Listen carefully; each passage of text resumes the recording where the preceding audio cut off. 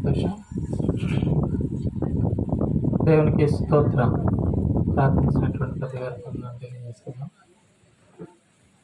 దేవుని నామానికి మహిమ కలుగును గాక. మన ప్రభువును రక్షకులైన యేసుక్రీస్తుల వారి పరిశుద్ధ నామములో మనందరి కన్నతండ్రి అయినటువంటి ఆ పరలోకపు దేవునికి నా కృతజ్ఞత హృదయపూర్వక వందనాలు తెలుపుతూ కూడి వచ్చినటువంటి ప్రియ దేవుని బిడ్డలను మీ అందరికీ కార్యక్రమాన్ని ఏర్పరచుకున్నటువంటి కుటుంబ సభ్యులకును నా యొక్క ప్రత్యేకమైనటువంటి వందనాలు తెలియజేసుకున్నాను. మంచిది ప్రభునందు ప్రేమ దేవుని బిడ్డలారా,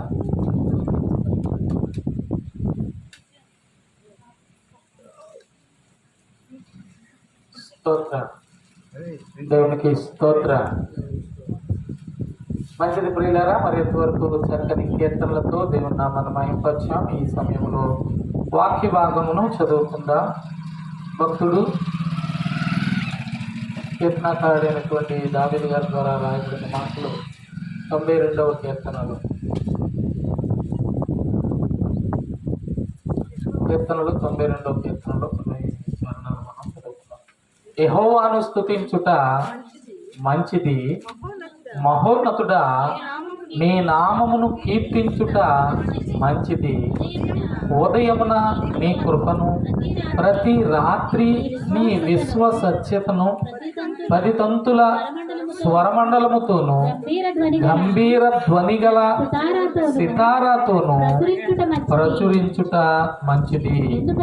ఎందుకనగా యెహోవా నీ కార్యము చేత నీవు నన్ను సంతోషపరుచుచున్నావు. నీ చేతి పనులను బట్టి నేను ఉత్సహించుచున్నాను. యెహోవా నీ కార్యములు ఎంత దొడ్డవి, నీ ఆలోచనలు అతి గంభీరములు. పశుప్రాయులు వాటిని గ్రహింపరు. అవివేకులు వివేచింపరు. నిత్యనాశనమునందుటికే కదా భక్తిహీనులు గడ్డి వలె చిగుర్చుదురు. చెడ్డ పనులు చేయవారందరూ పుష్పించుదురు. యెహోవా నీవే నిత్యము మహోన్నతుడుగా నుండువు. నీ శత్రువులు యెహోవా నీ శత్రువులు నశించెదరు. చెడు పను చేయవారందరూ చెదిరిపోవుదురు. దేవునికి స్తోత్రం. దేవుడి వాక్యమును మనకులుగా దీవించును గాక. ఆమేన్. మంచిది. ప్రభునందు ప్రియమైనటువంటి దేవుని బిడ్డలారా, మనమందరము ఈ రీతిగా కూడుకోవడానికి ప్రధానమైనటువంటి ప్రాముఖ్యమైనటువంటి కారణం మనం ఎరిగిన వారమై ఉన్నాం. అంతే కదండి. కారణంతో అంటే ఎందుకు మనం ఈ రీతిగా సమూహంగా కూడుకుంటున్నాము, ఎందుకని ప్రార్థిస్తున్నాము, ఎందుకని మనము ఈ మాటలు వింటున్నాము. కాబట్టి మన ప్రతి చర్య అంటే మనం చేసే ప్రతి పనికి కాబట్టి ఒక కారణం అనేది మనకి కనబడుతూ ఉంటుంది. ఏంటి ఆ కారణం అనేటువంటి దాన్ని ఇక్కడ చాలా స్పష్టంగా చాలా వివరంగా భక్తుడు చెబుతున్నట్టుగా మనం చూస్తూ ఉన్నాం. కాబట్టి యెహోవాను స్తుతించుట మంచిది, మహోన్నతుని ఆయన నామమును గణపరచడం మంచిది అని ఎప్పుడు అంటే ఉదయం కావచ్చు, రాత్రి కావచ్చు, కాబట్టి ఎప్పుడైనా కూడా ఆయన విశ్వ సత్యతను మనము తలపోసుకోవాలి, మనము ధ్యానించాలి, మనము స్తుతించాలి, ఆయన్ని గణపరచాలి అంటున్నాడు. ఎందుకు ఇవన్నీ ఎందుకు చేయాలి? పైనవన్నీ కూడా మంచిదని చెప్తూ ఇవి చేయడం మంచిది అని చెప్పారు. కాబట్టి భక్తుని యొక్క అనుభూతిని మన ముందు చెప్తూ ఉన్నాడు. ప్రియులారా, మనం ఆలోచిస్తే ఇవి ఎందుకు చేయాలో కారణం కూడా చెప్పాడు. కాబట్టి యెహోవాను స్తుతించుట మంచిది అన్నాడు. కాబట్టి యెహోవాను స్తుతించుట, యెహోవా అనగా ఉన్నవాడు అనువాడై ఉన్నటువంటి దేవుడు. అర్థమవుతుందండి. యెహోవా అనే పదం ఏదైతే ఉందో బైబిల్ గ్రంథంలో, మన తెలుగు బైబిల్ గ్రంథంలో యెహోవా అనే పదం ఈ పాత నిబంధన గ్రంథంలో, పరిశుద్ధ గ్రంథమైన బైబిల్లో పాత నిబంధన గ్రంథంలో ఈ 39 పుస్తకాలు ఏవైతే ఉన్నాయో ఆ పుస్తకాలన్నింటిలో కూడా మనకి యెహోవా అనేటువంటి ఈ పేరు కనబడతాం. అంటే పేరుగా ఆయన చెబుతున్నట్టుగా మనం చూస్తా ఉన్నాం. ఈ పేరు అనేది దేన్ని బట్టి అంటే ఆయన స్వభావాన్ని, ఆయన యొక్క గుణాన్ని, ఆయన ప్రభావాన్ని వ్యక్తపరిచేదిగా, తెలియచేసేదిగా, బయలుపరిచేదిగా ఉంది. పేరు దేనికి ఉంది? గుణాన్ని, ఆ లక్షణాన్ని, సామర్థ్యతను, ఆయన యొక్క ప్రభావాన్ని తెలియపరిచేది. కాబట్టి యెహోవా అనగా ఏమండి, ఉన్నాను అని పలికే దేవుడు. ప్రభునందు ప్రేమైన వారు, ఉన్నానని పలికే దేవుడు, ప్రతి పరిస్థితుల్ని చూచుచున్న దేవుడు. ఏమండి, ఏది ఎందుకు మరి ఎలా సంభవిస్తా ఉన్నాయో, మంచి కావచ్చు, చెడు కావచ్చు, అవండి మనుషులకి అది మేలుకరమైనది కావచ్చు, కీడుకరమైనది కావచ్చు, ఏదైనా కూడా ఎందుకు జరుగుతుందో, అవండి అలా జరగడానికి గల కారణాలేటో ప్రభునందు ప్రియమైన వాళ్ళ మనుషుల యొక్క మనుగడ, మనుషుల యొక్క ప్రతి చర్య, ప్రతి స్థితిగతులను కూడా క్షుణ్ణంగా, వివరంగా, స్పష్టంగా ఎరిగిన వాడు సృష్టికర్త అయినటువంటి దేవుడు. నమ్మిన వారు ఆమేన్ చెప్తారు. ఏమండి, యెహోవా నీ కార్యముల చేత నువ్వేం చేస్తున్నావు? నన్ను సంతోషపరుస్తున్నావు. ఎవరిని? మనుషుల్ని. ఇక్కడ సమాజంలో దేవుని యొక్క తలంపు లేక దేవుని గూర్చినటువంటి ఆలోచన అని మనకి సరైన రీతిలో ఎంత మాత్రం కూడా తెరలేదు పిల్లలు, అర్థం కాలేదు. ఎంతసేపు కూడా దేవుడు అనగానే మన కష్టాల్లో, మన కన్నీళ్ళలో, మన బాధల్లో, మన వ్యాధుల్లో, మన అవసరాల్లో, మన పరిస్థితుల్లో మనకు అండగా ఉండేవాడు అనేటువంటి భావజాలంలోనే సమాజం ఉండిపోయింది. అవునండి, సమాజం ఎక్కడ ఉండిపోయింది? మన అవసరాలకి మాత్రమే దేవుడు అనే దగ్గర ఉండిపోయింది. అక్కడ ఉండిపోయాక మనుషులు వాళ్ళకు ఉన్నటువంటి అవసరతల కొరకు దేవుణ్ణి నమ్మేవారుగా కనబడతా ఉన్నారు. కానీ ఏమండి, దేవుడే నమ్మకస్తులంగా దేవుని వలె బ్రతకడానికి ఈ బ్రతుకునిచ్చాడు అనేటువంటి ఆలోచనలో చాలా మంది కనిపిస్తారు. ఒకవేళ ఉన్నవారు ఎవరైనా ఉన్నారంటే అది కేవలం పరిశుద్ధ గ్రంథమందు రాయబడి ఉన్నటువంటి ఏమండి దైవ చిత్తమును బట్టి మాత్రమే. నమ్మిన వారు ఆమె చెప్తాం. ఈరోజు నీతి, ఈరోజు పరిశుద్ధత, ఈరోజు పవిత్రత, ఈరోజు ఏమండి చక్కని క్రమం, లేకపోతే మంచి మర్యాద, ఇవన్నీ కూడా మనం ఆలోచిస్తూ ఉంటే పరిశుద్ధ లేఖనాలు చాలా స్పష్టంగా చెప్తూ ఉన్నాయి. ఏమని చెప్తున్నాయంటే దేవుణ్ణి నమ్మాలి. అయితే నమ్మడం అంటే కేవలం ఆయన గొప్పవాడని, ఆయన మాత్రమే సృజించాడని, ఆయన మాత్రమే కలుగు చేశాడని, ఆయనే సమస్తమును కూడా పాలిస్తున్నాడని, ఆయనే సమస్తమును కూడా జరిగిస్తున్నాడని మాత్రమే కాదు. ప్రభునందు ప్రేమ అనేటువంటి దేవుని బట్టి అది మాత్రమే కాదండి. నమ్మిక అనేది ఏమండి ఒంటిగా ఉండిపోయింది అనుకోండి, దానివల్ల మనకి ఏముండదు, ఫలితం లేదు అని పరిశుద్ధ గ్రంథమైన బైబిల్ చెబుతుంది. నువ్వు నమ్మితే సరిపోతుందా? నమ్మిక మాత్రం ఉంటే సరిపోతుందంటే, నమ్మికుంటే సరిపోతుందంటే ఆ నమ్మిక ఎలా రుజువు చేసుకోవాలి? నమ్ముతున్నామని మనం ఎలా రుజువు చేసుకోవాలి? ఆ నమ్మిక మనలో ఎంతో బలమైన క్రియ చేస్తుందని, మరి ఆ బలంగా ఉందని ఎలా మనం రుజువుపరచుకోవాలంటే క్రియను బట్టే. అందుకనే మంచి మాటలు చెప్తున్నాడు. ఇక్కడ ఏమన్నాడంటే మనం చదివినటువంటి భాగంలో చాలా చక్కగా చెప్తున్నాడు కదా, 5వ వచనం నుంచి, యెహోవా నీ కార్యములు ఎంత దొడ్డవి. ఏమంటే దొడ్డవి అంటే ఎంత పెద్దవి అని. యెహోవా నీ కార్యములు ఎంత పెద్దవి, నీ ఆలోచనలు అతి గంభీరములు. ఏమంటే ఈ పదాలను బట్టి మనం దైవ ప్రభావం ఎంత గొప్పదో ఆలోచించాలి. గొప్పగా మనము ఎవరిని గొప్ప చేయాలన్నా, ఎవరిని చులకన చేసి ఎవరిని తక్కువ చేయాలన్నా కూడా మాటే, శబ్దమే, పదాలే కదండి. అనంటారు కదండి, నువ్వు గొప్పవాడు అని చెప్పడానికి పదమే, మాటలే. నువ్వు నిన్ను తక్కువ చేసేది కూడా ఏదో ఒక మాట, ఏదో ఒక పదమే, శబ్దం. ప్రభునందు ప్రియమైనటువంటి దేవుని బిడ్డ, ఇక్కడ పలికినటువంటి మాటలు చూస్తే యెహోవా నీ కార్యములు ఎంత దొడ్డవి అంటే ఆలోచించండి, అవి ఎంత పెద్దవై ఉన్నవో ఆలోచించండి. కార్యాలు అని అనగానే చేసేటువంటివి. ఏం చేశాడు ఆయన మనుషుల కొరకు? ఏం చేశాడండి ఆయన మనుషుల కొరకు? సమస్త సృష్టిని కలుగు చేశాడు. ఈరోజు మానవ మనుగడకి మూలం పంచభూతాలు. ప్రభునందు ప్రేమ వల్ల మానవ మనుగడకి మూలం ఏంటండి?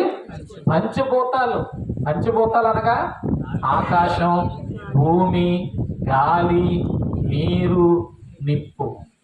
అంటే ఈ శరీరం దేవుడిచ్చినటువంటి ఆ కాలం అంతా కూడా చక్కగా కొంత మరి మెలగాలంటే, చక్కగా ఇక్కడ మనం మనుగడ సాగించాలంటే ఇవి మనకు చాలా అవసరమై ఉన్నాయి. భూమి మీద పండే పంట, భూమి మీద ఉంటూ భూమి మీద ఉండేటువంటి పంటను, భూమి నుండి వచ్చేటువంటి ప్రతివిధమైనటువంటి లోహాలని మనం ఏం చేస్తా ఉన్నాం? అనుభవిస్తా ఉన్నాం. ప్రభునందు ప్రేమ ఆకాశం నుండి వచ్చేటువంటి వెలుతురు వేడిని, అలాగే ఆకాశం నుండి వచ్చేటువంటి వర్షాన్ని, చల్లదనాన్ని, కాబట్టి సమస్తమును కూడా మనం ఏం చేస్తా ఉన్నాం? అనుభవిస్తా ఉన్నాం. ప్రభునందు ప్రియమైనటువంటి కాబట్టి అలాగే ఇక్కడ మనుగడకు వీటిని దేవుడు మనకు అనుగ్రహించాడు. పంచభూతములు దేని కొరకై ఉన్నాయంటే మానవ మనుగడ కొరకే ఉన్నాయి. ఒకవేళ ఈ పంచభూతాలే లయమైపోతే మానవ మనుగడ ఏమైపోద్ది? మానవ మనుగడ ఏమైపోద్ది? ఉండదిక. పరిశుద్ధ గ్రంథమైన బైబిల్ చాలా స్పష్టంగా, చాలా వివరంగా ఈ సంగతి చెబుతూ ఉంది. మనం చూడగలిగితే భక్తుడైనటువంటి యేసుక్రీస్తు వారి యొక్క మరి ప్రియ శిష్యుడైనటువంటి పేతురు గారు ఈ గొప్ప సంగతి, పేతురు గారి ద్వారా దేవుడి మాటలు మన కొరకే రాయించారు. మనం చూడగలిగితే మరి పేతురు గారు రాసినటువంటి 2వ పత్రికలో 3వ అధ్యాయంలో, పేతురు గారు రాసిన 2వ పత్రిక 3వ అధ్యాయంలో ప్రభునందు ప్రియమైనటువంటి దేవుని బిడ్డలారా మనము చూడగలిగితే 10 వచనం 3:10-11. అయితే ప్రభు దినము దొంగ వచ్చినట్లు వచ్చును. ఆ దినమున ఆకాశములు, చూడండి, ఆ దినమున ప్రభు వచ్చే ఆ దినమున ఆకాశములు మహాధ్వనితో గతించిపోవును. పంచభూతములు మిక్కటమైన వేండ్రముతో లయమైపోతాయి. కాబట్టి ప్రభు వచ్చేటువంటి దినము ఒకటి ఉంది. ప్రభునందు ప్రియమైనవారు, ఈరోజు శాస్త్ర మరి పరిజ్ఞానం కలిగినటువంటి వారు పరిశీలిస్తూ ఈ ప్రకృతిని, సృష్టిని పరిశీలిస్తున్నటువంటి అనేక మంది పరిశీలకులు, లేకపోతే సైంటిస్టులు ఎవరైతే ఉన్నారో వారందరూ కూడా ఆందోళనలో ఉన్నారు. తెలుసా మీకు? ఏమంటే ఎక్కడున్నారు? ఎలా ఉన్నారు? ఆందోళనలో ఉన్నారండి. నిన్న మధ్యాహ్నానికి సునీతా విలియమ్స్ క్షేమంగా మన యొక్క భూమి మీదకి చేరింది అంతరిక్షం నుండి. ఇప్పుడిప్పుడే ఆవిడ కొంత మరి 9 నెలలు ఉంది. ఇప్పుడు కోలుకోవడానికి ఇంకా చాలా సమయం పడుతుంది. అప్పుడే కొంతమంది అంచనా వేస్తూ ఉన్నారు, ఏం తెచ్చింది సమాచారం, ఏం కనిపెట్టింది, ఏం చేసిందంటే యూట్యూబ్లో నేను ఉదయకాలం చూశాను. ఆవిడ వస్తా చాలా విషాదాన్ని, చాలా మరి ఏంటంటారు బాధని ఆవిడ కలిగి ఉన్నట్టుగా చూస్తా ఉన్నాం. ఏంటి దేనికండి బాధ అంటే, జరుగుతున్న పరిస్థితులన్నీ చూస్తూ ఉంటే కొంతకాలానికి విశ్వమంతా సర్వనాశనం అయిపోయేటువంటిదిగా కనపడుతుంది. ఎవరెళ్ళి ఏ పరిశీలన చేసినా, ఏ పరిశోధన తెచ్చినా ఏం చేస్తున్నారు కబురు? కాబట్టి ఇది ఉండదని, ఇది ఉండదు, ఇది నాశనం అయిపోద్ది, ఇది పాడైపోద్ది, ఇది లయమైపోద్ది అనేటువంటి ఆలోచన చెప్తున్నారు. దానికి ఎలా చెప్తున్నారు మీరంటే, దానికి 100 కారణాలు, 100 రకాలైనటువంటి ఆధారాలు, రుజువులు చూపిస్తా ఉన్నారు. ప్రభునందు ప్రియమైనటువంటి దేవుని బిడ్డలారా, ఇక్కడ మనం గమనించగలిగితే పంచభూతములు మహావేంద్రంతో లయమైపోతాయంట. దాంట్లో మనం చూస్తే ఆకాశములు, భూమి, ఏమండి గాలి, మొత్తం సమస్తము కూడా ఏమైపోతుందంటే మానవ మనుగడకు పూర్తిగా ఏమైపోతుంది? విరోధమైపోతా ఉంది. ఏమైపోతుంది అంటే ఏది మనిషికి కావాలని, ఏది మనిషికి అవసరమని, ఏది మనిషికి ఉండాలని దేవుడు చేశాడో ఈ రోజు అవి ఏమైపోతున్నాయి? మారిపోవట్లేదా? కాబట్టి రోజులు బట్టి చూస్తుంటే అందరూ చాలా తేలిగ్గా ఉత్పదాలుగా చెప్పేస్తుంటారు. మా రోజు లేరు, ఈ రోజు లేరు. ఏ వేరైనరా బాబు అన్నాం అనుకోండి, ఆ రోజు తిండి వేరు, ఈ రోజు తిండి వేరు, ఆ రోజు ఉన్నటువంటి ఆ పని పాటల యొక్క విధానాలు వేరు, ఇప్పుడు ఉన్నటువంటి పని పాటల యొక్క పరిస్థితులు విధానాలు వేరు అని చాలా స్పష్టంగా చెప్పేస్తున్నారు కదా. కాబట్టి వాక్యాలు ఇరిగి కాదు, చూస్తూ వారి యొక్క చుట్టూ జరుగుతున్నటువంటి వాటన్నిటిని చూస్తూ ఆ పరిణామాలన్నింటినీ కూడా వారు గమనించడం వల్ల ప్రతి దానిలో కూడా కాలుష్యం అనేది బాగా పెరిగిపోయింది. తద్వారా మనిషికి ముప్పు ఉంది అనేటువంటి ఆలోచన అయితే చాలా తేలిగ్గా మనందరికి అర్థమైపోతాం. ఇవెందుకు మనం ఆలోచించాల్సిన అవసరం ఉంది అంటే, ఆయన ఆలోచనలు అతి గంభీరములు అన్నాడు ప్రియులారా. ఎందుకంటే ఆయన మన కొరకై చేసినటువంటివి, మానవుల కొరకై చేసినటువంటివి, తన కొరకు ముందుగానే ఏర్పరచుకున్నటువంటి తన వారి కొరకు దేవుడు చేసినటువంటివి ఎంతో గంభీరమైనటువంటివట. అవి ఎవరికి తెలియదు? అవివేకులు వాటిని ఏం చేయలేరు, పశుప్రాయులు వాటిని ఏం చేయలేరు, గ్రహించరు అంటే చాలా మంది ఈరోజు పరిశుద్ధ గ్రంథమైన బైబిల్ చదివేటువంటి వారు చాలా మంది ఉన్నారు. ఈ మధ్యకాలంలో బైబిల్ని బాగా చదివేటువంటి వారు బాగా ఎక్కువైపోయారు కదంతరా. అంటే నమ్మిన వాళ్ళే చదువుతున్నారు అని అనుకోకండి. వీళ్ళకి ఈక్వల్గా అలా చదివేస్తున్నారు. నమ్మేవారు నమ్మనోళ్ళు కూడా అందరి దృష్టి కూడా దేని మీద పడింది? బైబిల్ మీద పడింది. ఎందుకని అని అంటే, ప్రభునందు ప్రియమైన వాళ్ళారా, ఎన్ని పరిశోధన చేస్తా ఉన్నా, ఎన్ని రీతిలుగా బైబిల్ని మరి ధ్యానిస్తా ఉన్నా, ఏదో ఒక కొత్త సంగతి, ఏదో ఒక మంచి సంగతి అనేది మానవ సమాజానికి అందుతూనే ఉంది తప్ప, ఏమండి బైబిల్ మరి ప్రతిరోజు కూడా ఏమవుతా ఉంది? గొప్ప చేయబడుతుంది. బైబిల్ ప్రతిరోజు కూడా గణపరచబడుతుంది. బైబిల్లో ఉన్నటువంటి దేవుడు, బైబిల్లో ఉన్నటువంటి పద్ధతులు, పరిస్థితులు, స్థితిగతులు అన్నీ ఎప్పటికప్పుడు గొప్ప అవుతుంటేనండి కొంతమందికి చాలా బాధ అయిపోతుందండి. కొంతమందికి ఏమవుతుంది? చాలా బాధ అయిపోతుంది.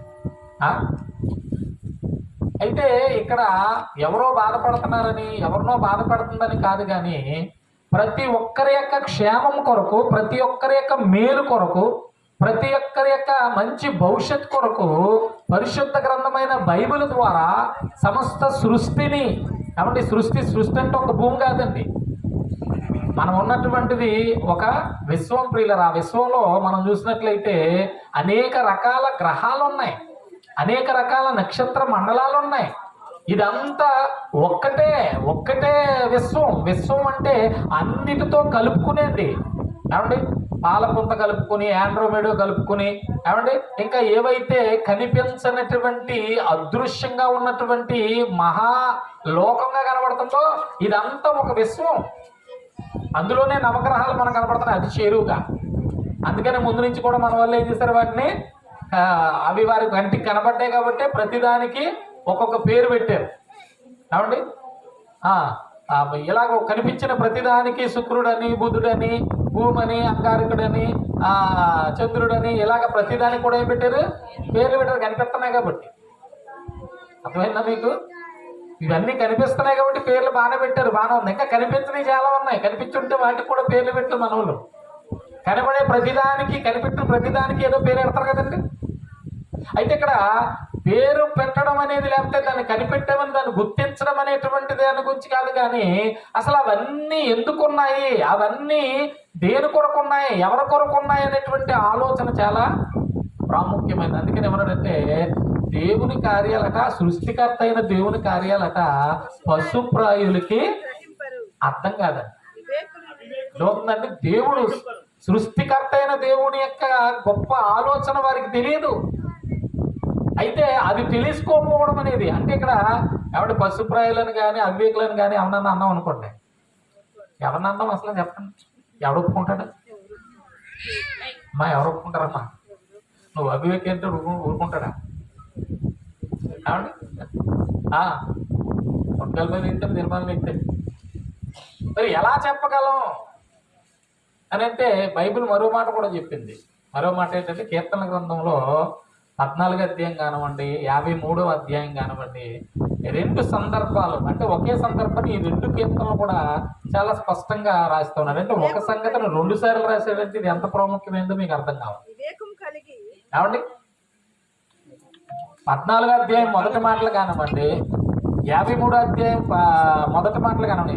రెండు అధ్యాయాలుగా ఉన్నాయి కానీ ఇంతకీ రెండు ఒకటే కీర్తన. అది అధ్యాయాలుగానే రెండు ఉంటాయి కానీ ఒకటే కీర్తన. ఏంటది అంటే, దేవుడు లేడని బుద్ధిహీనుడు తన హృదయంలో అనుకుంటాడు.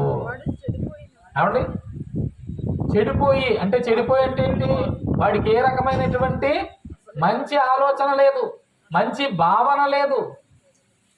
ఏమండి, మంచిగా ఉండాలనేటువంటి, మంచిని కూర్చున్నటువంటి ఏ రకమైన ఆలోచన లేనటువంటి వాడు చెడిపోయిన వాడు. ఏమండి, వివేకం గలవారుగా ఉండాలి. ఎందుకంటే వివేకవంతులుగా ఉండడం వల్ల అది వివేకం మనుషులకి ఏం చేస్తుంది? మేలు చేస్తుందండి. వివేకం మనుషులకి లాభం చేస్తుంది. వివేకం మనిషికి ఏమిస్తుంది? ఏమండి, గొప్ప వాక్యాన్ని ఇస్తుంది, గొప్ప ధన్యతనిస్తుంది. ప్రభునందు ప్రియమైన వల్ల అయితే మనం ఎవరిని కూడా ఇలాగనే అనలేం, కానీ వాళ్ళే ఎవరి మటుకు వాళ్ళే తేల్చుకోవాలి. మనం వివేకం గలవాళ్ళమా, బుద్ధి గలవాళ్ళమా ఏమండి అనేటువంటిది ఆలోచించాలి. ఏ విషయంలో అని అంటే, శరీర అవసరాలు తీర్చుకుంటూ, శరీరాన్ని సుఖపెట్టుకుంటూ, శరీరదారులుగా ఆనందం పొందడం అనేటువంటిది ఈరోజు నీకు అందుబాటులో ఉంది కాబట్టి అది అనుభవించడానికి, దాని యందు నువ్వు ఆనందించడానికి బాగానే ఉంది. కానీ వాటన్నిటిని నీకు ఎవరు సమకూర్చారు? ఏమండి, వాటన్నిటిని నీకు ఎవరు సిద్ధపరిచారు? ఇక్కడ ఏమంటాడంటే, యెహోవాను స్తుతించడం మంచిది, మహోన్నతుడా నీ నామమును గణపరచడం మంచిది. ఎందుకు అంటే, ఇదిగో నీ కార్యములతో నీవు నన్ను ఏం చేసావు? నీ కార్యముతో నువ్వు నన్ను సంతోషపరుచుచున్నావు. అంటే ఆయన కార్యంతో మనం సంతోషపరుస్తున్నాడంటే, ఒకవేళ మీరు అనుకోవచ్చు అది మీకు వ్యక్తిగతంగా జరిగిన కార్యం అనుకుంటున్నారా? చాలా మంది క్రైస్తవులు కూడా అపార్థం చేసుకుంటున్నారు. ఏమండి, నాకేదో అవసరం ఉంది, నాకేదో బాధ ఉంది, నాకేదో చింత ఉంది. రైట్, మంచిదే. దేవుడు సర్వశక్తివంతుడు, ఆయనకు అసాధ్యమైనది ఏది కూడా లేదు. జరిగిన దాన్ని బట్టి అయితే దేవుడు ఏదో చేశాడు అనుకుంటున్నాం. అలాగా నమ్ముతున్నటువంటి వారు కొందరిలో ఏమండి కొంతమందికి జరుగుతున్నాయి. మరి అలాగని అందరికి జరుగుతున్నాయా? జరిగినోడేమో దేవుడు గొప్పోడు అంటాడు, జరగకపోతే దేవుడు చెడ్డోడు అనుకున్నాడు. ఎందుకే దేవుడు మంచోడు చెడ్డోడు అంటే నీకు వ్యక్తిగతంగా జరిగినటువంటి క్రియలను బట్టా, లేకపోతే నీ క్షేమం కొరకు, నీ మేలు కొరకు దేవుడు ఏం చేశాడో ఎప్పుడన్నా ఆలోచించావా? పశుప్రాయులకి అర్థం కాదు అన్నాడంటే ఎవరో మీరు అపార్థం చేసుకోకండి.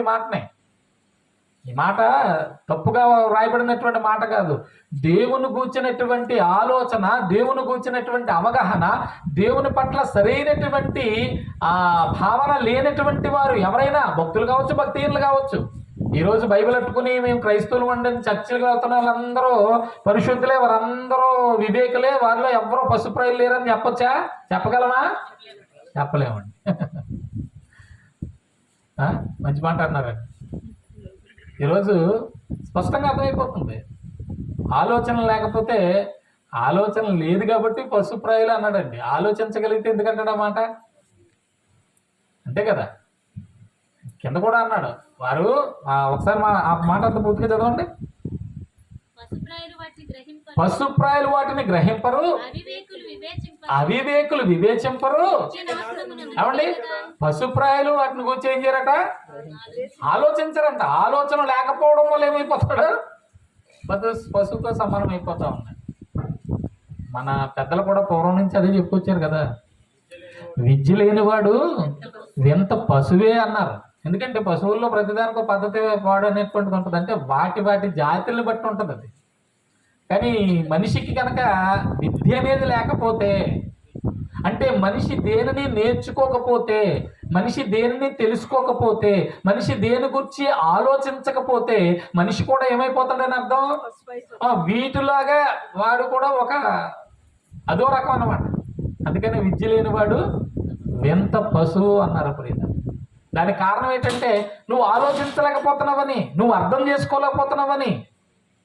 ఏమండి, ఎందుకండి ఇన్ని మాటలు, ఇన్ని రకాలుగా ఎందుకండి సమాజం మనుషుల్ని ఎందుకు అనుకుందంటే, ఏమండి మనుషునికి తప్ప మనిషినితో పాటు బ్రతుకుతున్న ఏ జీవికి, ఏ జీవరాశికి కూడా ఆలోచించగలిగే ఆలోచన శక్తి లేదు. నమ్మిన వారు ఆమె చెప్దాం. చిన్నోళ్ళు కావచ్చు, పెద్దోళ్ళు కావచ్చు, చదువుకున్న వారు కావచ్చు, చదువుకోలేని వారు కావచ్చు, ఏమండి ఎలాంటి వారికైనా కూడా ఒక అవకాశం, ఒక దేవుడు ఇచ్చినటువంటి ఒక గొప్ప అనుగ్రహం ఉంది. అది ఏంటంటే ఆలోచించగలిగే శక్తి. మనిషికి మాత్రమే ఆలోచించగలిగే శక్తి ఉంది. నువ్వు ఆలోచించడం వల్ల సంగతులు నీకు అర్థమయ్యేటువంటి అవకాశం ఉంది. నువ్వు ఆలోచించకపోవడం వల్ల సంగతులు నువ్వు అర్థం చేసుకోలేకపోతున్నావు. నువ్వు అర్థం చేసుకోకపోవడం వల్ల నీ బ్రతుకులు నువ్వేం చేసుకుంటున్నావు? పాడు చేసేసుకుంటున్నావు. నువ్వు ఆలోచిస్తే నీకు అర్థమవుద్ది. నీకు అర్థమైతే నీ బ్రతుకు బాగుంటుంది. నీకు అర్థం కాకపోతే నీ బ్రతుకు ఏమైపోద్ది? నాశనం అయిపోద్ది. అందుకనే కింద అన్నాడు, ఏమన్నాడంటే, ఇదిగో పశుప్రాయులు వాటిని ఆలోచించరు, అవివేకులు వాటిని గురించి ఏమాత్రం ఇవే చెప్పరు, నిత్య నాశనమునందుటికే కదా అన్నాడండి. ఏమన్నాడండి? నిత్య నాశనం. అంటే నువ్వు ఆలోచన చేయకపోవడం దేనికి మూలమవుతుంది? నీ నాశనానికి మూలమవుతుందంట. అంటే నువ్వు ఆలోచిస్తేనే రక్షించబడతావు, నువ్వు ఆలోచించకపోతే ఏమైపోతావు? నాశనం అయిపోతావు అన్నాడు ప్రభునందు ప్రేమంది. ఎందుకంటే దేని గురించి ఆలోచించాలి మనిషి? ఏ విషయాల గురించి ఆలోచించాలంటే మనిషి ఏమనుకుంటాడంటే, ఏముందండి చెప్పేవాడు ఏమన్నా చెప్తాడండి, ఏమండి ఎవడ బతుకు ఆడిదండి, ఆ బతుకులో ఎవడి యొక్క పోరాటం, ఎవడి యొక్క ఆరాటం, ఎవడి యొక్క ప్రయాస, ఎవడి యొక్క పరిస్థితి వాడిదండి అని ఏమండి దీన్ని మంచి ఇలాంటి సూత్రాలు పెట్టి మనుషులు ఏం చేస్తుంటారంటే ఆలోచన నుంచి తప్పించుకుంటుంటారు. ఇలా తప్పించుకుని మనిషి ఏమండి ఎంతకాలం బతకగలడయ్యా అంటే, ఎంతకాలం బతకగలడు? దేవుడు ఇచ్చిన ఆయుష్కాలం అంతా బతకగలడు. అందుకే ఆయుష్కాలం కూడా ఎవరిచ్చింది? దేవుడు ఇచ్చిందే కదా. కాదనగలరా కొన్ని ఎవడన్నా? లేడని కానీ, ఉంటే బాగుందని కానీ, మాకు తెలియదని కానీ, మేము నమ్మమని కానీ, మాకు అక్కర్లేదని కానీ ఎవరన్నా చెప్పగలరండి? ఆయుష్ ఎలా వచ్చింది మనిషికి? ప్రభునందు ప్రియమైన వాళ్ళారా, ఆయుష్ని ఎవరిచ్చారంటే ఫలానా అని చెప్పడానికి అక్కడ మనకి ఏ రకమైనటువంటి రుజువు లేదు. కాబట్టి మరణం ఎవరు ఇచ్చారయ్యా అంటే ఫలానా అని చెప్పడానికి, మరణం ఎందుకు వస్తుందంటే ఫలానా అని చెప్పడానికి కూడా మన దగ్గర రుజువు లేదు. చనిపోయిన తర్వాత పోస్ట్ మార్టం చేస్తారు. దేనికి అమ్మా? సర్వసాధారణంగా ఏంటంటే ప్రతి మరణం ఎందుకు జరిగిందో, ఏ కారణంగా ప్రాణం పోయిందో అని తెలుసుకోవడానికి ఎలాంటి యాక్సిడెంట్ అయినా, ఎలాంటి ప్రమాదమైనా అలాంటి వాటికి చేస్తున్నారు. ఎందుకంటే రుజువు కోసం, సాక్ష్యం కోసం. వాస్తవానికి ప్రతి సహజ మరణానికి కూడా ఏదో కారణం ఉంటుంది. ఉండదంటారా? ఏమండి? దగ్గు వచ్చిందండి, ఆయాసం వచ్చిందండి, లేకపోతే దాహం వచ్చిందండి, ఏదో రకమైనటువంటి కారణం ఉంటుందిగా. నేను అనేది ఈ కారణం కాదు. మనిషి మరణించడానికి ఏమండి శరీరంలో జరిగేటువంటి దాని కారణం గురించి కాదని మాట్లాడుతుంటా. అసలు ఈ శరీరానికి ముగింపుగా మరణం అనేటువంటి దాన్ని ఎవరు పెట్టారు, అది గురించి, దాని గురించి ఆలోచించాలి. ఏమంటే దీని గురించి మనం ఆలోచిస్తే ఏ గ్రంథమైనా ఎవరైనా ఏమైనా చెప్పిన మాటలు ఏమైనా ఉన్నాయా అంటే ఏముందిలేండి, పుట్టింది చావడానికి, చచ్చేది మళ్ళీ తిరిగి పుట్టడానికే. ఇలాంటి దానికోసం మనం పెద్దగా ఆలోచించి విచారించాల్సినటువంటి పని ఏముంది? ఏంటది? దీని గురించి ఏమి లేదట. ఆలోచించి విచారించాల్సిన పని లేదని చెప్తున్నాయి. కానీ పరిశుద్ధ గ్రంథమైనటువంటి బైబిల్లో మనం చూస్తే పుట్టినటువంటి నీవు పుట్టిన వెంటనే ఎవరు నన్ను పుట్టించారు, ఎందుకు నన్ను పుట్టించారో నీకు తెలియదు. నువ్వు ఆలోచించుకోలేవు. ఆ దశ ఎలాంటి దశ? అది ఏమి ఎరగనటువంటి దశ. అర్థమవుతుందండి? అందుకని దేవుడు ఏం పెట్టాడంటే మన శరీరానికి ఏమండి చక్కగా కొంత సుదీర్ఘ కాలాన్ని ఇచ్చాడు. ఈ కాలమానాన్ని బట్టి, కాలగమనంలో మనం ఏమవుతుంటామంటే శరీరమే తల్లి గర్భం నుండి వచ్చినటువంటి అయ్యే అవయవాలు, అదే శరీరం, అదే జీవంతో ఉన్నటువంటి ఈ జీవితం ఏమవుతుంటది? పరిసరాలన్నింటినీ పసిగెడుతూ జాగ్రత్తగా ఏమవుతుంటది? ఎదుగుతూ ఉంటది. ప్రియ శరీరం ఎదుగుతున్న కొద్దీ మనకేం తెలితే అన్నీ తెలుస్తూ ఉంటాయి. పుట్టిన వెంటనే అమ్మ ఎవరో కూడా తెలుతాం. చంకనేసుకుని చక్కగా మనల్ని ఏమండి తన ఒళ్ళో దాచుకుంటున్నప్పుడు, కాస్తున్నప్పుడు ఏమండి కొన్ని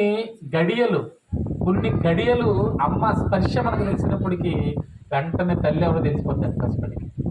అంటే స్పర్శ ఏమవుతుంది? తాకిడి. మన పాలిస్తూ మన యొక్క మంచి చెడ్డలు చూస్తూ మన సాకుతూ ఉన్నటువంటి ఆ పరిస్థితులు అర్థమవుతున్నాయా? రోజులు గడుస్తుంటే అంటే అర్థమైపోతున్నాయి. కొన్ని దినాలు కొన్ని నెలలు గడిచేటప్పటికండి ఏమండి స్పష్టంగా మన అమ్మ ఎవరో తెలిసిపోదా? కొన్ని నెలల తర్వాత బిడ్డ ఎడుతున్నాడు కదా అని చెప్పి ఏ స్త్రీ వచ్చి వాడిని తాకినా ఆ స్పర్శ వాడికి తెలుస్తుందో తెలదా? తెలిసిపోద్ది. అప్పటికి వచ్చేసింది మనకి ఏంటి? స్పర్శ జ్ఞానం. అలా మనం ఆలోచిస్తే ప్రతి మంచి చెడ్డ అనేటువంటిది మన ఎదుగుదలలో మన అవసరతను బట్టి మన చుట్టూ ఉన్నటువంటి పరిస్థితుల్ని ఇవన్నిటినీ కూడా మనిషి ఏం చేసుకోగలుగుతున్నాడు? అర్థం చేసుకోగలుగుతున్నాడు. ప్రియుల, అర్థం చేసుకోగలుగుతున్నాడు. వాటి గురించి తెలుసుకుంటున్నాడు, వాటిని అర్థం చేసుకోగలుగుతున్నాడు. ఒక రకంగా చెప్పాలంటే వాటన్నిటిని కూడా అర్థమయ్యే ప్రతిదాన్ని, అర్థం చేసుకునే ప్రతిదాన్ని తనకు అనుకూలంగా మార్చేసుకున్నాడండి. తనకు అనుకూలంగా మార్చేసుకుంటూ వాటన్నిటినీ చక్కగా ఆస్వాదిస్తూ ఉన్నాడు, వాటన్నిటి యందు ఆనందిస్తూ ఉన్నాడు.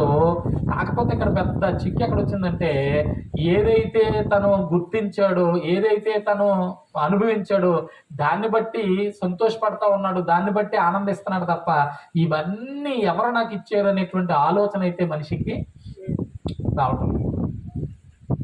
పుట్టుకు గూర్చి కావచ్చు, లేకపోతే మరణం గూర్చి కావచ్చు. పోనీ నేనే పుట్టిస్తున్నాను రా బాబు, ఇగో ఇలా మీ పుట్టుకకు ఈ రకాలుగా పుట్టించాను, ఇదిగో మీ పుట్టుక నాలో నుంచి నా వలన నా కోసమే మీరు వచ్చారని చెప్పేటువంటి స్పష్టమైన ఖచ్చితమైనటువంటి ఏ వచనాలైనా, ఏ లేఖనాలైనా, ఏ గ్రంథాలన్నా ఉన్నాయా అంటే ఒక్క పరిశుద్ధ గ్రంథమైన బైబిల్లో తప్ప మరి ఏ ఇతర గ్రంథాల్లో మనకు కనబడవు. ఒక్క పరిశుద్ధ గ్రంథమైన బైబిలే చెబుతుంది. ప్రభునందు ప్రియమైనటువంటి దేవుని బిడ్డ, మనల్ని పుట్టించేవాడు, మనల్ని సంరక్షించేవాడు, మన యొక్క పరిస్థితులు, మన యొక్క స్థితిగతులన్నింటినీ చూసేవారు ఒక్కడే అనేటువంటి సంగతి పరిశుద్ధ గ్రంథమైన బైబిల్ మాత్రమే చెబుతుంది. మనం చూడగలిగితే ప్రభునందు ప్రియమైనటువంటి దేవుని బిడ్డలారా, భక్తుడైనటువంటి యోబు గ్రంథంలో 14వ అధ్యాయంలో 5-6 వచనాల్లో మనం చూడగలిగితే, యోబు గ్రంథము 14వ అధ్యాయము 5-6 వచనాలు చూడండి. నరుల ఆయుష్కాలము పరిమితి గలది. అమ్మ జాగ్రత్తగా వినాలి. నరుల ఆయుష్కాలం అంట పరిమితి గలది అన్నాడు. పరిమితి అంటే ఏంటి? కాబట్టి ఎంత అని లెక్కింపబడినంత అంటే కొంత అని అర్థం. పరిమితి అంటే కొంత. అందరికి ఒక రకమైన కొలత, లేకపోతే ఎవరికైనా ఉండే కొలత వాళ్ళకుందా? ఎవరికి ఉండే లిమిట్ వాళ్ళకి. అందరికి ఒకే కొలమానం కాదు, ఆయన ఇష్టం. అందుకనే ఎంత స్పష్టంగా చెప్పాడంటే, నరుల ఆయుష్కాలము పరిమితి గలది, వారి నెలల సంఖ్య నీకు తెలుసు అన్నాడు. ఎవరికి తెలుసు? ఎవరి నెలల సంఖ్య ఎవరికి తెలుసు? కలిగించిన వానికే, అవకాశం ఇచ్చిన వానికే తెలుసు. భక్తుని ద్వారా దేవుడు ఈ విషయం చెప్తున్నాడు. నేనే ఇస్తున్నాను, ఇదిగో ఎంతగా ప్రతి ఒక్కరికి కూడా కొలత వేసి ఎంత అని ముందుగానే నిర్ణయించి, ఆయుష్ ఏం చేస్తున్నాడంటే దేవుడే ఎంత అని నిర్ణయిస్తున్నాడంట. పరిమితి కలదంటే ఆయన ముందుగానే ఏం చేశాడు? ఎంత అని కొలిచేశాడు, ఎంత అని లెక్క పెట్టేశాడు, ఎంత అని నిర్ణయం చేసుకున్నాడు. ఎవరి క్షేమం కొరకు? అమ్మా, ఇది ఎవరి క్షేమం కొరకు? మన క్షేమం కొరకే, మన మేలు కొరకే. ఆయన నిర్ణయాలన్నీ మన మేలు కొరకే. అందుకే భక్తుడు అక్కడ అంత స్పష్టంగా చెప్పాడు, యెహోవాను స్తుతించడం మంచిది, నీ కార్యములు నన్ను ఎంతగానో ఏం చేస్తా ఉన్నాయి? సంతోషపరుస్తున్నాయి. ఉత్తినే అనలేదు. ఏది చేసినా ఆయన దేని కొరకు? మన కొరకు చేసినవే కాబట్టి. మించజాలని వయా పరిమాణము నీవు వారికి నీము అన్నాడు. చూడండి, నియమించాడట.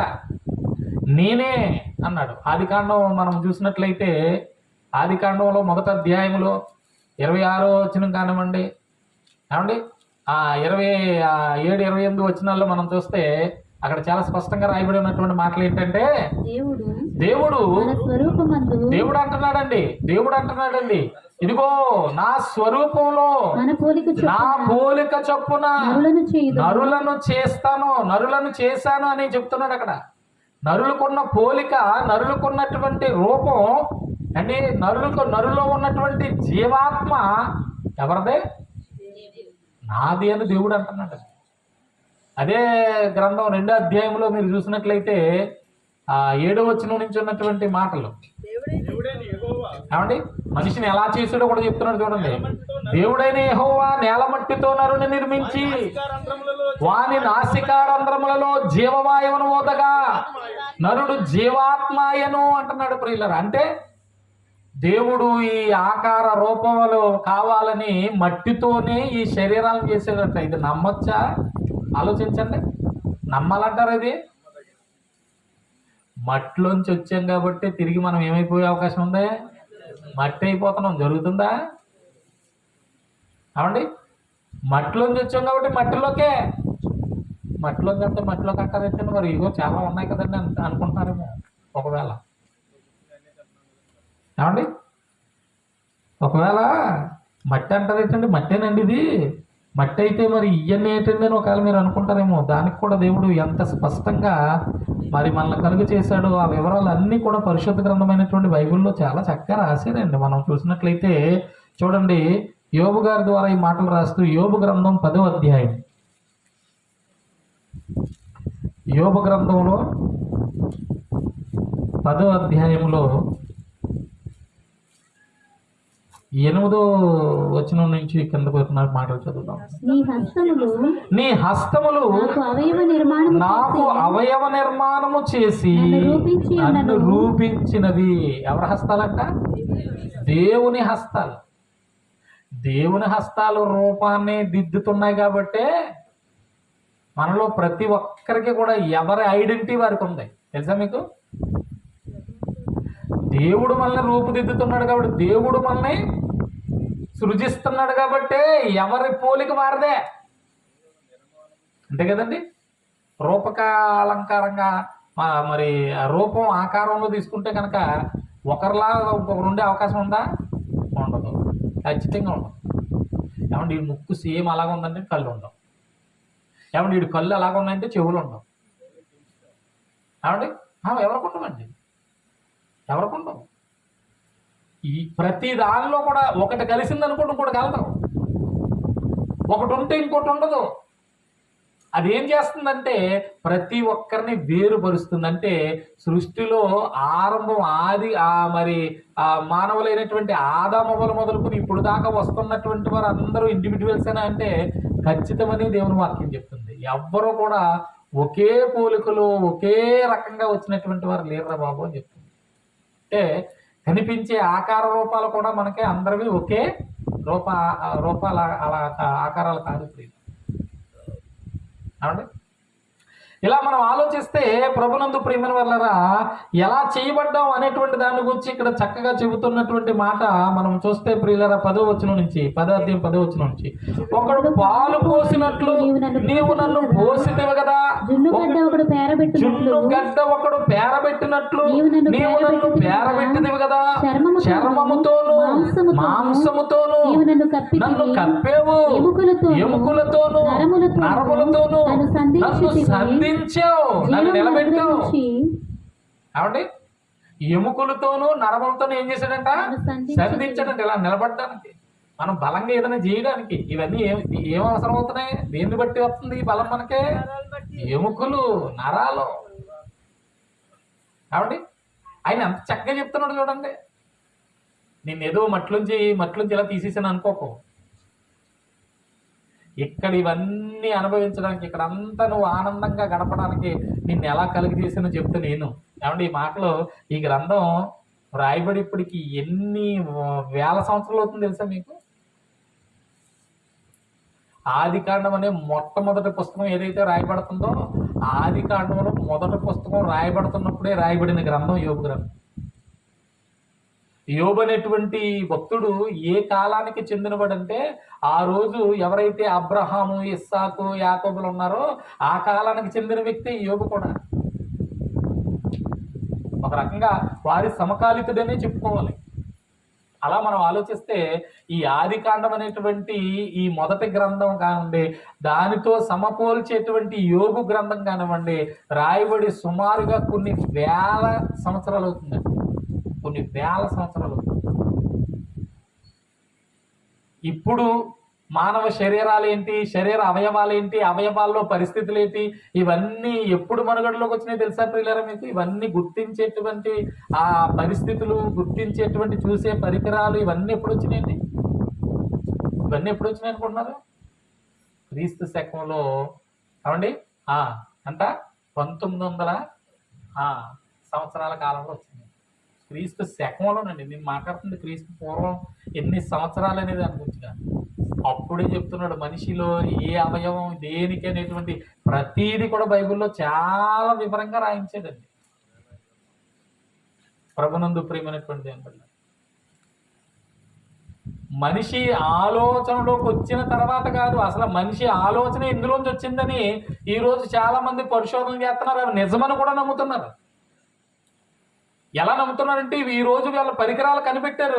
ఆ పరికరాల సాయంతో వారి ఆ పరికరం ద్వారా ఏదైతే వారి ఆలోచన ఉందో ఆలోచన బయటకు వస్తుంటే ఇది నిజమే అంటున్నారు. ఈ రోజు మనుషులు కనిపెట్టిన పరికరాలను బట్టి, మిషనరీని బట్టి, అంతే కదండి. గుండె సరిగ్గా పనిచేస్తుందో లేదో చూడాలంటే ఎక్కడ తీసుకెళ్తున్నారు? ఈసీజీ దీనికి పెట్టి ఆ పెట్టిలో పెడుతుంటే ఆ పెట్టి ఏం చెప్తే అదే అండి. లేకపోతే ఈ అవయవాళ్ళు ఏది ఏ ప్రాబ్లం ఉందో, ఎక్కడ ఏ ప్రాబ్లం ఉందో చూడాలంటే స్కానింగ్లు. ఆ పెట్టిలో పెట్టిన తర్వాత మనల్ని తీసుకెళ్ళి అది ఏ రకంగా మనం స్కాన్ చేస్తే ఇంకా అది ఏం చెప్తే, ఆ పెట్టి ఏం చెప్తే, అంటే ఆ మెషిన్ ఏం చెప్తే అదే కన్ఫర్మ్. ఎంఆర్ఐ స్కానింగ్లు, లేకపోతే ఆ స్కానింగ్, ఈ స్కానింగ్ మామూలుగా కాదు కదా. అల్సర్స్, పుండ్లు ఏమైనా ఏర్పడుతుంటాయండి, లోపలికి కెమెరాని పంపించేస్తారండి. ఎండోస్కోపిక్ అంటారు, గొట్టం పరీక్ష అంటారు కదా. ఆ గొట్టంలో ఏముంటుంది అనుకుంటున్నారు? కెమెరా ఉంటుంది. ఈ కన్ను కడుపులో దూరలేదు కదా, అందుకని చెప్పి ఈ చిన్న గొట్టంలో చిన్న కెమెరాని పెట్టి ఆ లోపల ఎందుకు వస్తుంది పెయిన్, ఎక్కడ ఏ బ్రేకులు కానీ, ఏ భాగాలు కానీ ఎలా దెబ్బతిన్నాయని ఇక్కడ ఎలా చూపించడం అక్కడ మానిటరింగ్ చేస్తాం. ఈ రోజున్న పరికరాలు ఇన్ని పరికరాలు వచ్చేసినాయి కాబట్టి చాలా మందికి తెలిసిపోయింది వైద్యం అంటే ఏంటి, మానవ శరీరం అంటే ఏంటి, ఈ పరిస్థితులు ఏంటని. కానీ దేవుడు ఏనాటి నుండో చెప్పుకొస్తున్నాడు, రే బాబు నేనే నిన్ను పుట్టించాను, ఇదిగో ఇలా చేశాను, నేను ఇవి నీకు ఇచ్చాను, వీటిని బట్టి నువ్వు చక్కగా మనుగడ సాగిస్తున్నావు. ఇవన్నీ నీకు ఎందుకు ఇచ్చానంటే నువ్వు నా కోసం బ్రతకాలని, నువ్వు నా కోసం బ్రతకాలని, నాకులా బ్రతకాలని నేను కోరుకుంటూ నీకు ఈ జీవితాన్ని ఇచ్చాను రా బాబు. సరే దేవుడా బాగానే ఉంది, నీకులా బ్రతకాలని కోరుకున్నావు, నీకులా బ్రతకడానికి అవకాశం ఇచ్చానని అంటున్నావు, బాగానే ఉంది ఏమండి. ఇంకా నన్ను ఇలాగే ఉంచచ్చు కదా నువ్వు అనుకుంటే ఏమండి దానికి అర్థం లేకుండా పోతుంది. అందుకని దేవుడు, పుట్టించిన దేవుడు ఏమంటున్నాడంటే, నీకు ఫిక్స్డ్ డేట్ కూడా నేనే పెట్టాను రా బాబు. మనం చూస్తే హెబ్రీయులకు రాసిన పత్రిక 9వ అధ్యాయంలో 27వ వచనంలో ఉన్న మాట ఏంటంటే, హెబ్రీయులకు రాసిన పత్రిక 9వ అధ్యాయం 27వ వచనంలో ఉన్నటువంటి మాట మనం చూస్తా అంటాడు, మనుషులు ఒక్కసారి మృతి పొందాలని నియమింపబడెను. అంటే మనుషుడు తప్పక చావాలనే నియమం పెట్టాడంట దేవుడు. అంటే పుట్టించిన దేవుడే మనల్ని ఏం చేస్తా ఉన్నాడు. మోషే గారు ద్వారా రాయబడిన మాట మనం చూస్తాం 91వ కీర్తనలో. ఏమంటాడంటే, నరులను మట్టికి మార్చుచున్నావు అంటాడంటే, నరులు అంటే జీవాత్మలుగా ఉన్నటువంటి మనకు మట్టి శరీరాలను ఇస్తున్నాడని అర్థం. ఏంటి అర్థం? నరులను మట్టికి మార్చేవాడు అంటే మట్టి శరీరాల్లోకి మనుషుల్ని జీవాన్ని మట్టి శరీరంలోకి పంపేవాడు దేవుడే. అలా పంపిన దేవుడు అంటున్నాడంట, నరులారా తిరిగి రండి అన్నాడు. మట్టి తిరిగి రా అంటలేదు అక్కడ. ఏమంటున్నాడు? నరులారా తిరిగిరా అన్నాడు. కాబట్టి ఈ మట్టిలో ఉన్నటువంటి జీవాత్మ వెళ్ళిపోతుంది. ఎంతకీ ఈ మట్టి శరీరం ఏమైపోతుంది? ఎక్కడే మిగిలిపోతుంది. మట్టిలోనికి మారుతున్నాడంటే మట్టిలోనికి పంపిస్తున్నాడని, ఈ శరీరంలోనికి పంపిస్తున్నాడని. ఈ శరీరం ఎక్కడి నుంచి వచ్చింది? మట్టిలో నుంచి వచ్చింది. మళ్ళీ మరలా తిరిగి మట్టి అయిపోతుంది. అందుకనే మంచి మాట రాయబడింది, మనము చూస్తాం ప్రభునందు ప్రియమైన వల్ల. యోహాను సువార్తలో 6:63 అంటాడు, ఆత్మయే జీవింప చేయుచున్నది, శరీరం కేవలం నిష్ప్రయోజనము అన్నాడండి. అంటే ఆత్మ విలువైంది, ఆత్మకి శాశ్వత లోకం ఉంది. ఆత్మకి మరి కాలంతో సమయంతో పని లేదు, చిరకాలము కలకాలం ఉండేది. మరి శరీరం కేవలం నిష్ప్రయోజనమైనది. అది ఏమైపోద్ది? కృంగిపోద్ది, కృషించిపోద్ది, మట్టిలో కలిసిపోద్ది. అదవుతుందండి, మట్టిలో కలిసిపోద్దండి. ప్రభునందు ప్రియమైన వాళ్ళారా, దేవా యెహోవా ఏమన్నాడు? నీవు ఎంత నీ కార్యములు ఎంత దొడ్డవే, నీ ఆలోచనలు అతి గంభీరములు, పశుప్రాయులకి ఇవి తెలీదు, అర్థం చేసుకోలేదు వీళ్ళు. ఎందుకంటున్నాడంటే, ఇలా ఎవరైతే దేవుడే మనల్ని పుట్టించాడని, ఎలా పుట్టించాడో, ఎందుకు పుట్టించాడో, ఏమండి మరి ఎలా బ్రతకమని, ఎలా బ్రతకాలని ఆయన ఆశిస్తున్నాడో, ఏమండి ఇవన్నీ మనకు తెలియాలి ప్రభునందు ప్రేమ. ఎందుకంటేనండి ఇవన్నీ తెలియకపోతేనండి చాలా ప్రమాదం అండి. ఏంటి ఆ ప్రమాదం అంటే, ఏమండి ఆ ప్రమాదపు పరిస్థితులు అనేటువంటివి ఒకవేళ నీకు ఇక్కడ కనిపించకపోవచ్చు, కానీ నీ మరణం తర్వాత ఖచ్చితంగా కనబడతాయి. అందుకని ఏమన్నాడంటే, మనుషులు ఒక్కసారి మృతి పొందవలనని నియమించిన దేవుడు ఏమన్నాడు తెలుసండి? అటు తర్వాత తీర్పు ఉంది అన్నాడండి. ఎవరికి తీర్పు? శరీరానికా ఆత్మకా? ఆత్మకే. మనుషులు చనిపోవాలని నిర్ణయించిన దేవుడే చనిపోయిన ఆత్మలకు ఏం చేస్తున్నాడట? తీర్పు తీరుస్తున్నాడని చెప్తుంది ప్రియులారా దేవుని వాక్యం. తీర్పు ఉంది. ఆ తీర్పు దేని మీద ఆధారపడి ఉంటుందంటే, ఇదిగో ఈ శరీరంలో ఈ ఆత్మ ఉండగానే నువ్వు ఆలోచించిన దానికి, నువ్వు మాట్లాడిన దానికి, నువ్వు చేసిన పనులకి, నీ నిర్ణయాలకి, ఏమండి నీ యొక్క ఆలోచనలకి అన్నిటికీ కలిపి తీర్పు ఉంటుంది. అర్థమవుతుందా ప్రియులారా? తీర్పు దేన్ని ఆధారం చేసుకుని ఉంటుంది? ఈ బ్రతుకులో మన ప్రతి చర్యను ఆధారం చేసుకుని ఉంటుంది, ప్రతి క్రియను ఆధారం చేసుకుని ఉంటుంది. పశుప్రాయులు ఏం చేయట్లేదట? ఆలోచించలేదంట. అవివేకులు ఏం చేయట్లేదంట? వివేచించలేదంట. ఇంతకీ ఎందుకు వాళ్ళు ఆలోచించలేకపోతున్నారు? వాళ్ళు ఆలోచించకపోతే వాళ్ళకి నష్టమని చెప్తున్నాడు. వాళ్ళు ఆలోచించకపోవడం వల్ల, వాళ్ళు వివేచించకపోవడం అనేటువంటి దేనికంట? వారి నిత్య నాశనానికంట. వీళ్ళరా వింటున్నారా? ఎంత వివరంగా రాయించాడండి బైబిల్లో. ఇదిగో ఇలా ఆలోచించకపోవడం వల్ల, ఇలా వివేచించకపోవడం వల్ల వాళ్ళు ఎక్కడ పోతున్నారు? వాళ్ళు నిత్య నాశనానికి పోతున్నాడు. ఒకవేళ నువ్వు ఆలోచిస్తే, ఈ రాత్రి నువ్వు వివేచిస్తే, ఆలోచించండి, దానికి దీనికి వ్యతిరేక పదమే కదా. నువ్వు ఆలోచిస్తలేదు కాబట్టి నాశనానికే అంటున్నాడు. మరి నువ్వు ఆలోచిస్తే జీవానికి అన్నమాట. ఈరోజు ఆలోచన ఎందుకు కావాలి? మనం పశుప్రాయులుగా ఎందుకు ఉండకూడదు? మనం అవివేకులుగా ఎందుకు ఉండకూడదు అంటే, జీవాన్ని పొందాలంటే మనం ఆలోచించాలి ప్రియులారా. ఏం ఆలోచించాలంటే దేవుని కార్యాలు ఆలోచించాలి. కళ్ళు ఇచ్చాడు చూడడానికి, చెవులు ఇచ్చాడు వినడానికి, నోరు ఇచ్చాడు మాట్లాడడానికి అనుకున్నట్టు ఇష్టం వచ్చినట్టుగా మన శరీరాన్ని పాడు చేసుకునేటువంటి ఆ అవకాశం కానీ అధికారం కానీ మనిషికి లేదు. ఎందుకు లేదన్నానంటే, తీర్పు దేన్ని ఆధారం చేసుకుందంటే నీ అవయవాలు చేసే క్రియల మీదే ఆధారం చేసుకుని. చూపునిచ్చిన దేవుడే నీ చూపులు ఎలా ఉండాలో అనేది ఆయన నిర్ణయించాడు. ఆయన కోరుకుంటున్నాడు. ఎలా పడితే అలా ఉన్నావంటే నువ్వు ఆయన తీర్పులోకి వచ్చేస్తావు. చెవులిచ్చిన దేవుడే నీ యొక్క వినికిడి ఎలా ఉండాలో అని చెప్పాడు. మాట ఇచ్చిన దేవుడే నీ మాటలు ఎలా ఉండాలని చెప్పాడు. అందుకనే నీ ప్రతి చర్యకు, అంటే నువ్వు చూసే చూపులకి, నువ్వు వినే వినికిడికి, నువ్వు మాట్లాడే మాటలకి, నువ్వు చేసే చేష్టలకి, నువ్వు నడిచే నడకలకి, ప్రతి చర్యకి కూడా, ప్రతి క్రియకి కూడా నీకేముంది? తీర్పు ఉంది. తీర్పు, జడ్జిమెంట్. తీర్పు ప్రభునందు ప్రియులరా. దేనికి అంటే దేవుడిని ఎరిగి దేవుని యొక్క చర్య చేస్తే నీకు ఒక ఫలం, దేవుణ్ణి ఎరగక నీ ఇష్టం వచ్చినట్టు చేసిన దానికి అదో ఫలం. ఏదో నమ్ముతున్నానులేండి, ఎవరినో నమ్ముతున్నానులేండి, ఎలాగోలాగ నమ్ముతున్నానులేండి, ఎలాగోలాగ వెళ్తున్నాను కదండి అని ఒకవేళ ఇక్కడ ఏదో ఏమండి నీ జీవనం కొరకు నువ్వు సర్దుకుని సరిపెట్టుకుని బ్రతుకుతున్నట్టుగా దేవుని కొరకు మాత్రం నువ్వు అలా చేసావంటే నీ గొయ్య నువ్వే తవ్వుకున్నవాడు అవుతావు. శ్రీమణికుడు దేవుని బిడ్డ అర్థమవుతుందండి.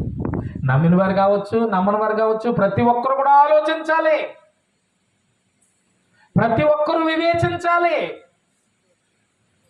అలా వివేచించాలనే దేవుడు నీకు వివేకాన్ని ఇచ్చాడు, అలా ఆలోచించాలనే నీకు దేవుడు జ్ఞానం ఇచ్చాడు.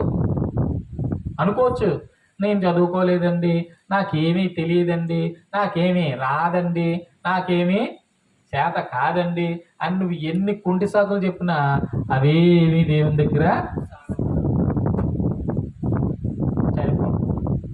ఎందుకంటే రావండి, లేవండి, కావండి అంటే నీకు ఈ కాళ్ళు చేతులు ఈ ఆకారం ఈ రూపం కాదు. శుభ్రంగా ఏమిద్దురమ్మా దొనపోతులకు ఒక పెద్ద మూత ఒకటి, పెద్ద తోక ఒకటి అండి, 4 కాళ్ళు, ఎంత చిన్న శివుకి ఎంత పెద్ద పెద్ద ఆలోచించండి. ఆకారం రూపం ఎంత ఉన్నదండి కాదు, ఆలోచించగలిగే అవకాశం ఉందా లేదా అని. మనిషి చూడడానికి 5 అడుగులుండి గట్టిగా ఉంటే ఆ ఆకార రూపాన్ని బట్టి ఒక 60-70 కేజీల బరువు ఉండి సుమారు తనకంటే ఇంచుమించుగా మనం ఆలోచిస్తే ఒక ఏనుగు బరువు కనుక మనం చూసాం అనుకోండి, ఒక 100 రెట్లు పైనే. అలాంటి ఏనుగుని ఏం చేస్తున్నాడా, మాటలతో తన సైగులతో దాన్ని కంట్రోల్ చేస్తున్నాడు. దానికి రాని పని కూడా చేసేస్తుంది, అది దానికి రాని పని చేసేస్తుంది. ఇంతకీ ఎవరు గొప్ప? అంత పెద్ద భారీ ఆకారం కలిగింది ఒక చిన్న 5 అడుగులు పరిమాణంలో ఉన్న మనిషి, ఒక 60-70 కేజీలు ఉన్నటువంటి బరువు ఉన్న మనిషికి ఏమైపోతుంది? లోబడిపోతుంది. మోకాళ్ళు వెయ్యి, ఒంటికాల మీద నిలబడు, ఏమండి నీ చెవులతో దీన్ని కొట్టు, నీ అయితే తొండంతో దాన్ని కొట్టు అంటే అది చేస్తుందా? చేయట్లేదా? దానికి ఆలోచన లేదు. ఎవరికుంది ఆలోచన? ఈ 5 అడుగులు ఉన్నోడికే ఉంది. వీడికే ఉంది. అంటే అది ఆలోచించలేకపోతుంది కాబట్టి వీడు ఏది చెప్తే అది చేయాలనుకుంటాం. క్రూర మృగాలు కానివ్వండి, భారీ ఆకారాలు కానివ్వండి, ఇవన్నీ మనిషికి ఏమైపోతా ఉన్నాయి? లోబడిపోతా ఉన్నాయి. అంటే ఎక్కడ ఆధిక్యత ఉంది మనిషి కంటే? ఏమండి మనిషికి జ్ఞానం ఉంది ప్రియ, ఏమండి మనిషికి ఈ జ్ఞానం ఉందండి. అందుకనే ఏమండి దేవుడు మనిషిని నువ్వు ఆలోచించగలవు కాబట్టి ఆలోచించరా బాబు అంటున్నాడు. నిన్ను నువ్వు నియంత్రించుకోగలవు కాబట్టి నియంత్రణలో ఉండరా బాబు అని చెప్తున్నాడు. ఏమండి నీకు చేతనైంది, నువ్వు చేయగలిగింది, నువ్వు చేసేలాగా, నువ్వు ఉండేలాగా నీకు ఇచ్చాడు కాబట్టే ఇచ్చేమన్నాడంటే, ఇదిగో నీకు ఇచ్చాను కాబట్టి దీన్ని నువ్వు ఎలా పడతా అలా వాడద్దు అంటున్నాడు. అర్థమవుతుందా మీకు? ఇవ్వకుండా కాదు, తెలివి ఇవ్వకుండా, జ్ఞానం ఇవ్వకుండా ఆలోచించు, తెలుగుండు అని ఏమంటలేదు ఆయన. నీకు తెలివి ఇచ్చాడు, జ్ఞానం ఇచ్చాడు, ఏమండి అన్ని రకాలైనటువంటి సామర్థ్యతలు ఇచ్చాడు, అన్ని రకాలైనటువంటి అవకాశాలు ఇచ్చాడు. అన్నీ ఇచ్చాడు కాబట్టి ఈరోజు ఏమంటున్నాడు? అన్నీ ఇచ్చాడు కాబట్టి ఏమంటున్నాడు? అన్నీ ఇచ్చాడా? ఇస్తున్నాడా? ఇస్తూనే ఉన్నాడు. ఒకరోజు ప్రారంభం కాగానే గడియారం చూసి 6 అయిపోయింది 7 అయిపోయింది అనుకుంటే ఇంతకీ సూర్యుడు రావట్లేదు, మేఘాలు వచ్చినాయి. ఎందుకు మేఘాలు వచ్చినాయని ఆలోచించావా? ఏది 5:15కి 6 గంటలకల్లా సూర్యుడు రావాలి కదా, ఇవాళ ఎందుకు రాలేదని ఆలోచించావా? ఆలోచించాలే. మాట్లాడదాం అనుకోండి, ఇవాళ సూర్యుడు రాలేదు, ఇదేంటి వాతావరణం ఏంటి ఇలా ఉంది అనుకుంటాం. అంటే ఆయన క్రియ, ఆయన కార్యాలు జరుగుతూ ఉన్నాయా, జరిగిపోయినాయా? జరుగుతూ ఉన్నాయి. ఏమండి, రోజు సూర్యుడు రావాలంటే ఆయనే అనుమతి ఇవ్వాలి. ఎప్పుడు రావాలో, ఎన్ని గంటలకు రావాలో, ఒకవేళ రావాలో వద్దో ఎవరు చెప్పాలి? ఆయనే చెప్పాలి. కీర్తన గ్రంథం 19వ అధ్యాయంలో మీరు చూసినట్లయితే చాలా అద్భుతమైన మాటలు ఉంటాయి. చూసుకుని ముగించుకుందాం ప్రియుల. చూడండి, కీర్తన గ్రంథం 19వ అధ్యాయం మొదటి చరణాలు మనం చూడగలిగితే, ఆకాశములు దేవుని మహిమను వివరిస్తున్నాయి, అంతరిక్షము ఆయన చేతి పనిని ప్రచురపరుచుచున్నది. పగటికి పగలు బోధ చేస్తుంది, రాత్రికి రాత్రి జ్ఞానము చెప్తుంది. వాటికి భాష లేదు, మాటలు లేవు, వాటి స్వరం వినబడదు. వాటి కొనలు భూమి అంతటా వ్యాపించి ఉన్నాయి. లోక దిగంతముల వరకు వాటి ప్రకటనలు బయలు వెళుతున్నాయి. వాటిలో చూడండి, ఆయన సూర్యునికి గుడారం వేసాడంట. సూర్యుడికి ఒక స్థానం ఉంది. గుడారం అంటే ఏంటి? సూర్యుడికి ఒక స్థానం ఉంది. తన అంతఃపురంలో నుండి పెళ్లి కొడుకులాగా ఉన్నాడంట. ఎవరు? సూర్యుడు. ఏం చేస్తున్నాడంట? పరిగెత్తు ఉల్లసించుచు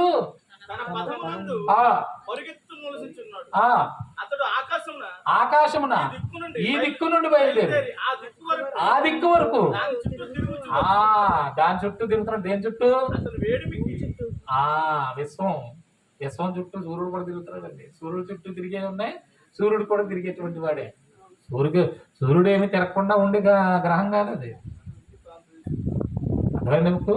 ఏదైనా సరే సూర్యుడు తన చుట్టూ తాను తిరుగుతూ, ఏమండి, విశ్వం చుట్టూ తిరుగుతున్నాడు. అలాగే భూమి తన చుట్టూ తాను తిరుగుతూ సూర్యుని చుట్టూ తిరుగుతూ ఉంటది. అలాగే చంద్రుడు తన చుట్టూ తాను తిరుగుతూ భూమి చుట్టూ తిరుగుతూ ఉంటాడు. అర్థమైనా మీకు? ఏం కనబడతలేదు కదండి అయ్యారు అని అనకండి. ఏమండి,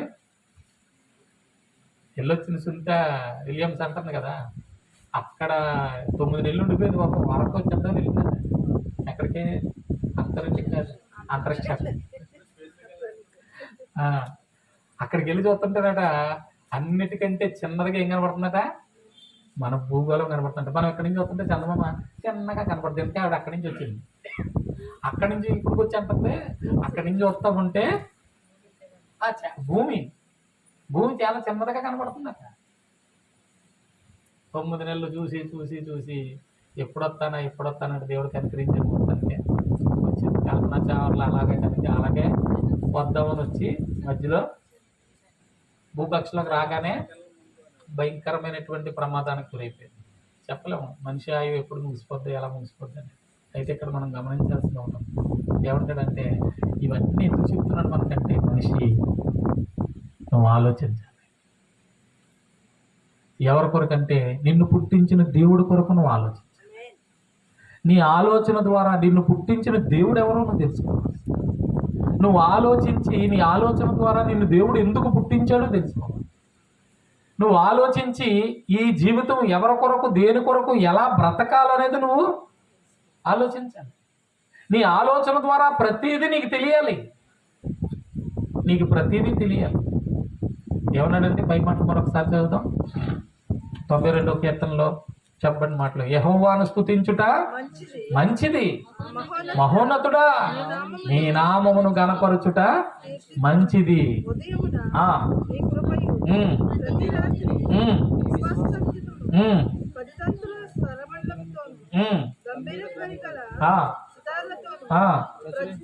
ముందు పొగుడుతున్నాడు.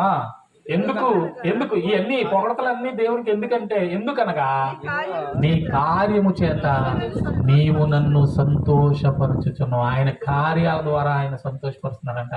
మనం కళ్ళతో చూడగలిగినటువంటి, అంటే ఈ శరీరంలో ఆత్మ ఉంది, ఈ శరీరంలోనే ఈ యొక్క దేవుని కార్యాలను చూడగలిగేటువంటి అవకాశం ఇచ్చాడు. వీటన్నిటినీ చూస్తూ నువ్వు తెలుసుకోవాల్సింది ఏంటంటే, ఇదిగో నీ సంతోషం కొరకు ఇది కాదు దీనికంటే నువ్వు ఊహించలేనంత ఉన్నతమైన దాన్ని దేవుడు మన కొరకే కలుగు చేశాడంట. నమ్మిన వారు ఆమె చెప్తాం. ప్రియుల, నీవు నీ కార్యముతో నన్ను ఏం చేస్తా ఉన్నావు?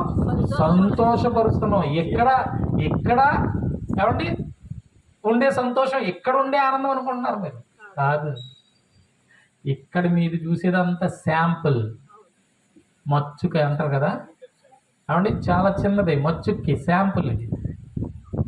అక్కడ నువ్వు ఊహించలేనంత, నువ్వు గ్రహించలేనంత, నువ్వు ఏమాత్రం కూడా ఏమండి అర్థం చేసుకోలేనంత ఉన్నతమైనటువంటి జీవితం, ఉన్నతమైనటువంటి లోకం ఉంది ప్రియుల. అక్కడికి వెళ్ళాలంటే ఇక్కడి నుంచి మనం పోవాలి. అయితే ఇక్కడి నుంచి పోకముందే అక్కడ గురించి తెలుసుకోవాలి. ఇక్కడి నుంచి వెళ్ళకముందే అక్కడ ఏముందో, అక్కడికి ఎలా వెళ్ళగలవు, అక్కడికి ఎవరు తీసుకెళ్తారో అవన్నీ నువ్వు ఆలోచించాలి. కేవలం శరీరం ఉన్నంత వరకు శరీర అవసరాల కోసం కాదు దేవుణ్ణి నమ్మాల్సింది. ప్రభునందు ప్రియమైనటువంటి దేవుని బిడ్డ, ఏమండి ఆలోచించండి. ఇక్కడ ఈ శరీరం ఉన్నంత వరకు ఈ అవసరాలు ఉంటాయి మనకి, కానీ ఈ శరీరం ఎప్పుడు వెళ్ళిపోతుందో తెలియదు. కానీ అప్పుడుతో మన అవసరాలు ఏమైపోతాయి? మరి ఇంకా శరీరం ఉన్నంత వరకే అవసరాలు ఉన్నాయంటే శరీరం మరి శాశ్వతమైందా? శరీరాన్ని నడిపించే ఆత్మ శాశ్వతమైందా? ఏది శాశ్వతమైంది? ఆత్మ శాశ్వతమైంది. అయితే నీ ఆలోచన దేని కొరకై ఉండాలి? ఆత్మ కొరకే ఉండాలి. నీవు నీ కార్యములతో నన్ను సంతోషపరుస్తున్నావు, అవి ఎంత గొప్పవి, ఎంత దొడ్డవి, లేకపోతే ఎంత గొప్పవి అని చెప్తూ ఉన్నాడు. అవి మనం ఒక్క మాటతో, ఒక కథలో, ఒక కార్యక్రమంలో, ఒక గంట మనం ఆలోచించేంత చిన్నవే కాదు ప్రియులు.